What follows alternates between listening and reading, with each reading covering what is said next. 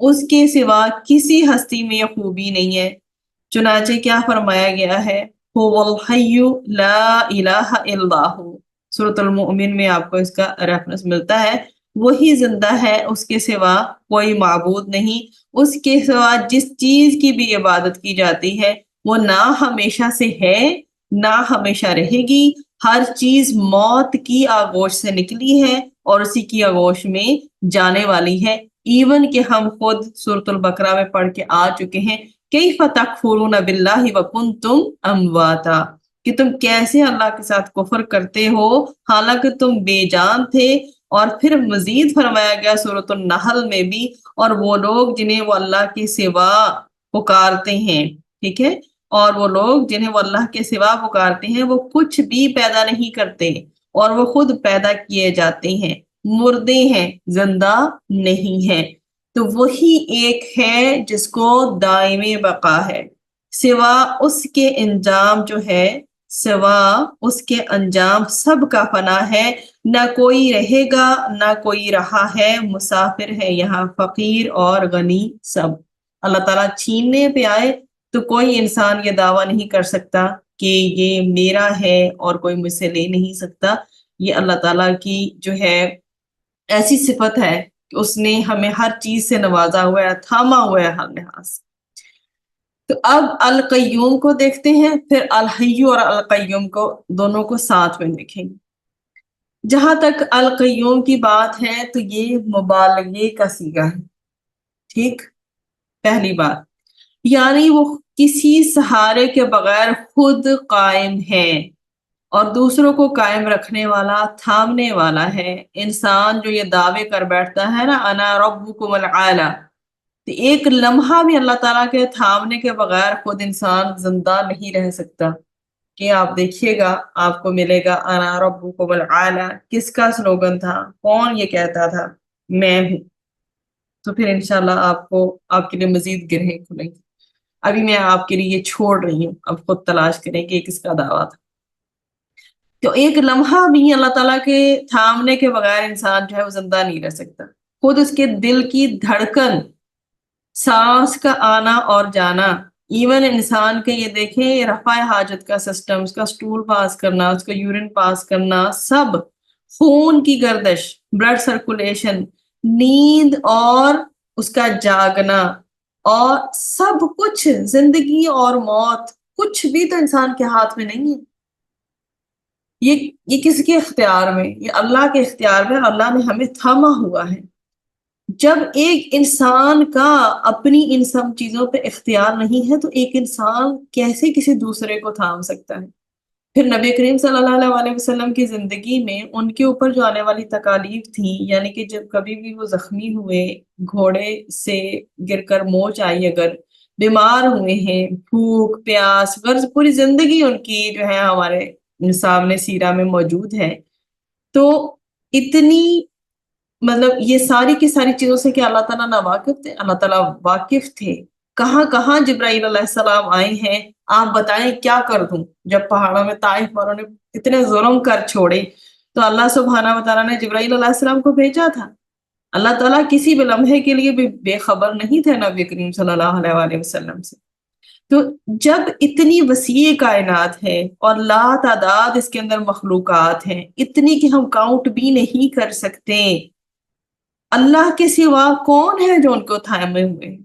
کوئی بھی نہیں۔ تو پھر اللہ کے سوا یہ نعرہ، یہ سلوگن بھی زیب نہیں دیتا کہ کسی اور کو انسان مشکل کشا کہے، داتا یا دستگیر کہے یا جھولیاں بھرنے کا کہے، یہ صرف اللہ کو ہی زیب دیتا ہے کہ اللہ کو ہی مشکل کشا مانا جائے، اسی کو ہی مولا مانا جائے۔ جو بھی صفات ہیں ہماری زندگی میں، جو حاجتیں ہیں، ہم مانگے تو کس سے مانگے؟ صرف اللہ سبحانہ و تعالیٰ سے مانگے۔ اسی طرح سے آگے سورہ فاطر میں بھی آپ کو ریفرنس ملے گا، بے شک اللہ ہی آسمانوں اور زمین کو تھامے رکھتا ہے اس سے کہ وہ اپنی جگہ سے ہٹیں۔ اڑتے ہوئے پرندوں کے بارے میں بھی اللہ سبحانہ و تعالیٰ نے کیا فرمایا ہے، ما یمسکہن الا الرحمن، ٹھیک ہے، سورۃ الملک میں نمبر 19 میں آپ کو ملتا ہے، رحمان کے سوا انہیں کوئی تھام ہی نہیں رہا ہوتا، ٹھیک ہے۔ اب دیکھتے ہیں الحی اور القیوم کو ٹوگیدر۔ اب میں نے آپ کو بتایا حی کے معنی میں، حی جو ہوتا ہے وہ بیسیکلی عربی میں اگر آپ دیکھیں نا، پہلے تو آپ کو ویسے ایکسپلین کر کے آئی، یہ زندہ کے معنوں میں آتا ہے۔ یہاں یہ لفظ اللہ تعالیٰ کی صفت حیات کو بیان کرنے کے لیے لایا گیا ہے کہ وہ ہمیشہ زندہ اور ہمیشہ باقی رہنے والا ہے اور موت سے بالاتر ہے۔ اس کی تمام جو صفات ہیں ازلی بھی ہیں اور ابدی بھی ہیں، ہمیشہ رہنے والی۔ اسی طرح القیوم کا بھی میں نے آپ کو بتا دیا کہ یہ قیام سے نکلا ہے، جس کے معنی کیا ہوتے ہیں؟ کھڑے ہونے کی، اور میں نے پہلے بھی ذکر کیا یہ مبالغے کا صیغہ ہے۔ اس کے معنی یہ ہے کہ وہ جو خود قائم رہ کر دوسروں کو قائم رکھتا اور سنبھالتا ہے۔ یہ اللہ تعالیٰ کی خاص صفت ہے جس میں کوئی مخلوق اس کی شریک نہیں ہو سکتی۔ اللہ تعالیٰ کے قیوم ہونے کا تقاضا یہ ہے کہ جس طرح ہر چیز اپنی ہستی کے لیے اللہ تعالیٰ کی محتاج ہے، اسی طرح بقائے ہستی میں بھی اس سے بے نیاز نہیں۔ جس طرح سایہ اصل شے کا محتاج ہوتا ہے، بلکہ اسی طرح سے زیادہ کائنات بھی اللہ کی محتاج ہے۔ ابھی دیکھ رہے نا کہ جیسے سایہ اصل شے کا محتاج ہوتا ہے، اب ہم کہیں کھڑے ہیں، ہمارا جو ہے وہ سایہ پڑ رہا ہے، جب بھی کہیں ہم آگے پیچھے موو کر رہے ہیں وہ ہماری بیس پہ سایہ موو کر رہا ہے نا۔ تو وہ جس چیز کا سایہ ہے وہ اس ہستی کا محتاج ہے نا، جو کہ موو کر رہی ہے، کوئی بھی انسان ہے یا کوئی بھی چیز ہے۔ اسی طرح سے ہم بھی اللہ تعالیٰ کے ہر لمحہ اسی طرح محتاج ہیں، اور یہ اللہ تعالیٰ کی شان ہے، شان کریمی ہے، اعلیٰ عرفہ کہ اس نے ہمیں سنبھالا ہوا ہے۔ اس کے بعد اگلی جو چیز آتی ہے ہمارے پاس ہے وہ لا تأخذہ سنۃ ولا نوم۔ اب یہ جو اونگ ہوتی ہے، نیند سے پہلے آنے والی جو ہوتی ہے نا کیفیت، وہ ہوتی ہے اونگ کی، جب آدمی سونے اور جاگنے کے درمیان ہوتا ہے۔ تو سنتن اور نوم کی، سنتن اور نومن کی کیفیت کو اللہ تعالیٰ نے بیان کیا ہے کہ ہر انسان کو پکڑتی ہے، اونگ بھی پکڑتی ہے اور نیند بھی پکڑتی ہے، اور اسے کچھ نہ کچھ پکڑتی ہے اونگ اور نیند۔ یعنی اللہ تعالیٰ کو ذرہ برابر اونگ یا نیند اپنی گرفت میں نہیں لے سکتی۔ یہ انسانی فطرت میں ہے کہ انسان کو نیند آتی ہے، اور اونگ اور جو نیند ہے اتنی زبردست چیزیں ہیں کہ اس کے بارے میں کیا ترجمہ کیا کیا گیا ہے آپ کے سامنے، یہاں تو دبانے کا ترجمہ ہے نا، مطلب پکڑنے کے حوالے سے کہ جب ایک انسان کو نیند یا اونگ پکڑ لیتی ہے تو کیا ہوتا ہے، وہ بے بس ہو جاتا ہے۔ آپ اپنی کیفیت کا اور میں اپنی کیفیت کو اگر انالائز کروں تو جب ہمارے اوپر اونگ آ رہی ہوتی ہے یا نیند آتی ہے تو کیا ہم قابو کر سکتے ہیں؟ طبیعت ہماری خراب ہونے لگتی ہے۔ تو جو اونگ یا نیند ہے وہ اتنی زبردست چیزیں ہیں کہ جس پر آتی ہیں اسے پکڑ لیتی ہیں، ان کے سامنے انسان بے بس ہو جاتا ہے۔ تو اللہ تعالیٰ اونگ اور نیند دونوں سے پاک ہے، کیونکہ اگر اسے اونگ یا نیند آ جائے تو کائنات آپس میں ٹکرا کر فنا ہو جائے۔ اس کا ہمیں باقاعدہ جو ہے اسکالرز کہتے ہیں کہ اگر آپ کو اس کو ایکسپیریمنٹ کرنا ہے نا تو کسی بہت ہی اعلیٰ ترین کردار کے ہوشیار سے ہوشیار شخص کو، جو کلیور ہو، جو بہت انرجیٹک ہو، جس میں بہت انرجی ہو، اس کو بھی ذرا آپ کچھ دن جگا کر دیکھیں نا، کوئی 2 راتیں جگا کر دیکھیں اور اس کے ہاتھوں میں 2 شیشے کے گلاس پکڑا دیں اور دیکھیں پھر کہ اس کا کیا حال ہوتا ہے، کہ اسے اونگ اور نیند پکڑتی ہے کہ نہیں۔ تو ایسا کیسے ہم سوچ سکتے ہیں کہ اللہ سبحانہ و تعالیٰ کو اونگ بھی پکڑتی ہے؟ نیند تو چلے بعد کی کیفیت ہے کہ اونگ بھی پکڑتی ہو۔ تو سنتن جو ہے نا اونگ کو کہتے ہیں، جیسے جو دماغی اعصاب کی وہ سستی ہوتی ہے جو نیند کا بیش خامہ ہوتی ہے، اور نوم جو ہے وہ مکمل نیند ہوتی ہے۔ تو اللہ تعالیٰ تمام کائنات کو سنبھالے اور تھامے ہوئے ہے، اور یہ ساری کائنات اسی کے سہارے قائم ہے۔ اس لیے انسان اپنی فطرت کے مطابق یہ خیال کر سکتا ہے جو ذات اتنا بڑا کام کر رہی ہے اس کو کسی وقت تھکان بھی ہو سکتی ہے اور اس کو کچھ وقت آرام یا نیند کے لیے چاہیے۔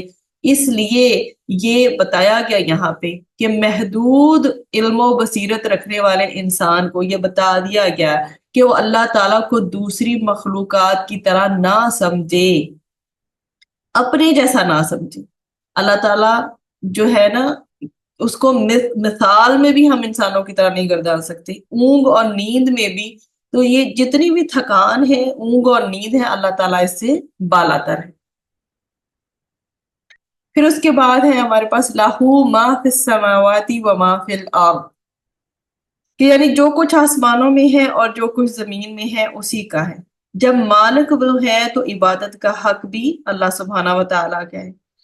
رسول اکرم صلی اللہ علیہ وسلم نے فرمایا، یحییٰ علیہ السلام نے اللہ کے حکم سے بنی اسرائیل کو یہ بات سمجھائی تھی کہ صرف اللہ کی عبادت کرو، اس کے ساتھ شریک نہ بناؤ۔ اس کی مثال اس طرح ہے کہ ایک شخص نے اپنے خالص مال سونے یا چاندی کے ساتھ ایک غلام خریدا اور غلام سے کہا، یہ میرا گھر ہے اور یہ میرا کام ہے، اس میں کام کرو اور اس کی آمدنی مجھے دیا کرو۔ غلام سارا دن کام کرتا اور شام کو آمدنی مالک کے سوا کسی اور کو دے دیتا، تو تم میں سے کون ہے جو ایسے غلام کو پسند کرے؟ تو اس لیے تمام چیزیں جو آسمانوں اور زمین میں ہیں سب اللہ تعالیٰ کی ملک ہے، اللہ تعالیٰ مالک ہے ان چیزوں کا، وہ مختار ہے، جس طرح چاہے ان میں تصرف کرے۔ اس سے جو اگلی دلیل ہے اللہ سبحانہ تعالیٰ کی ذات کی، اس میں ہے من ذا الذی یشفع عندہ الا باذنہ، یعنی کون ہے وہ جو اس کے پاس اس کی اجازت کے بغیر سفارش کرے۔ آیت الکرسی سے پہلے کی جو آیت ہے اس میں قیامت کے دن کسی بھی قسم کی سفارش کی نفی فرمائی ہے، اور یہاں اللہ سبحانہ تعالیٰ کی اجازت کے صرف 7 سفارش ممکن بتائی گئی ہے۔ مطلب یہ ہے کہ یہ ممکن ہی نہیں ہے کہ کوئی انسان یا جن یا فرشتہ اللہ تعالیٰ کی اجازت کے بغیر کسی کی سفارش کی جرت بھی کرے۔ ہمارے نبی صلی اللہ علیہ وسلم بھی جب سفارش کے لیے مقرر کیے جائیں گے تو جب اپنے رب کو دیکھیں گے تو سجدے میں گر کر اللہ تعالیٰ کی تعریفیں کریں گے، جو اللہ تعالیٰ اس وقت آپ کو سکھائے گا۔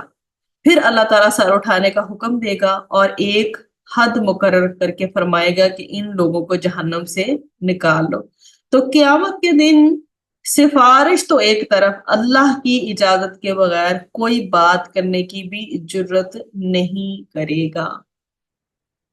تو اس میں اللہ تعالیٰ کی عظمت کا اظہار، اس چیز کا بیان ہے کہ کوئی اس سے بڑا اور اس کے اوپر جو ہے حاکم نہیں، کوئی اس سے کسی کام کے بارے میں باز پرس کرنے کا حق نہیں رکھتا۔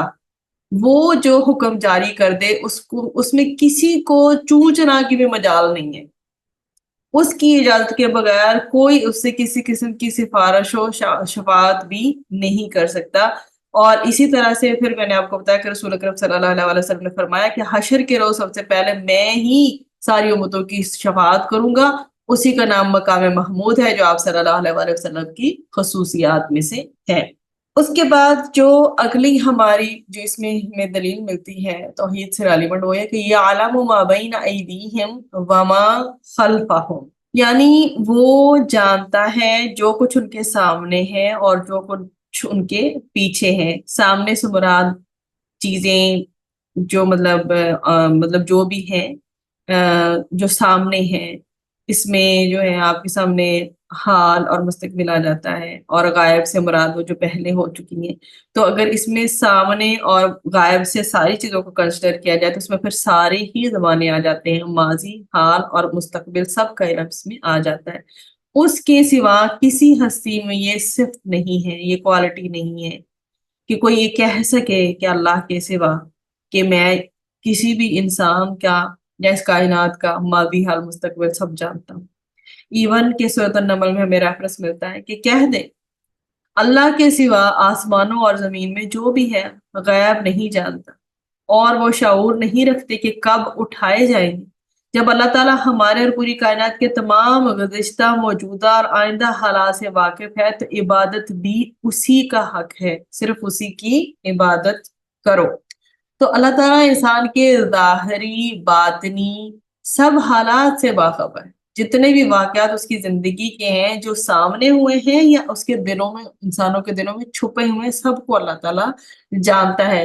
آگے پیچھے کے حوالے سے آپ کے سامنے یہ بھی چیز آپ لے سکتے ہیں کہ جو بھی حالات و واقعات ہوئے ہیں آگے یا پیچھے، ہم سے پہلوں کے ہوئے ہیں یا ہم سے بعد والوں کے یا ہمارے ہیں، ان سب چیزوں کا نالج صرف اور صرف اللہ سبحانہ و تعالیٰ کو ہے، انسان نہیں جان سکتے۔ اس کے بعد ہے وَلَا يُحِيطُونَ بِشَيْءٍ مِّن عِلْمِهِ،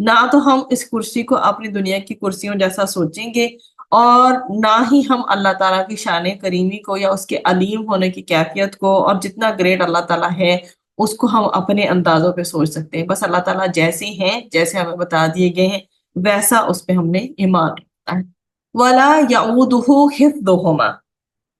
اب یہ جو بیسیکلی انسان کے اندر یہ چیزیں ہوتی ہیں کہ انسان تھکتا ہے، لیکن اللہ تعالیٰ نہیں تھکتے ہیں۔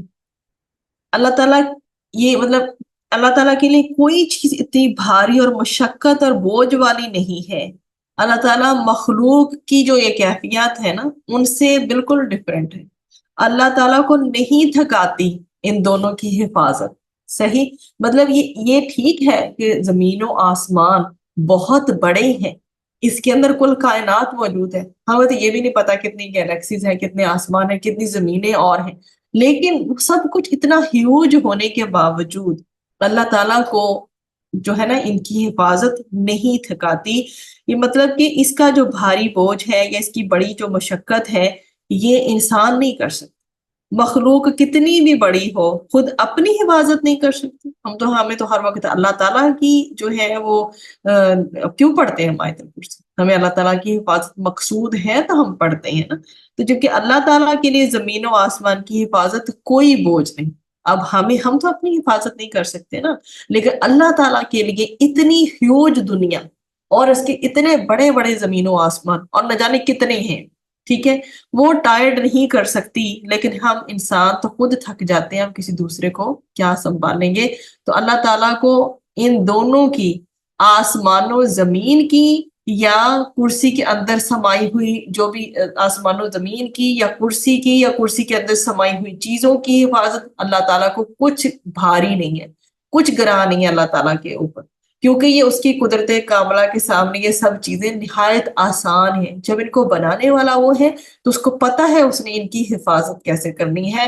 وَهُوَ الْعَلِيُّ الْعَظِيمُ۔ تو اللہ سبحانہ وتعالیٰ کیا ہے؟ بلندی اور عظمت اللہ تعالیٰ کی صفات۔ مخلوق اللہ تعالیٰ کی بلندی اور عظمت کے مقابلے میں کچھ بھی حیثیت نہیں رکھتی، اس لیے عبادت کے لائق صرف اللہ تعالیٰ کی ذات ہے، اور اس کی ذات و صفات اور کمالات کا پورا بیان تھا اس آیت الکرسی میں۔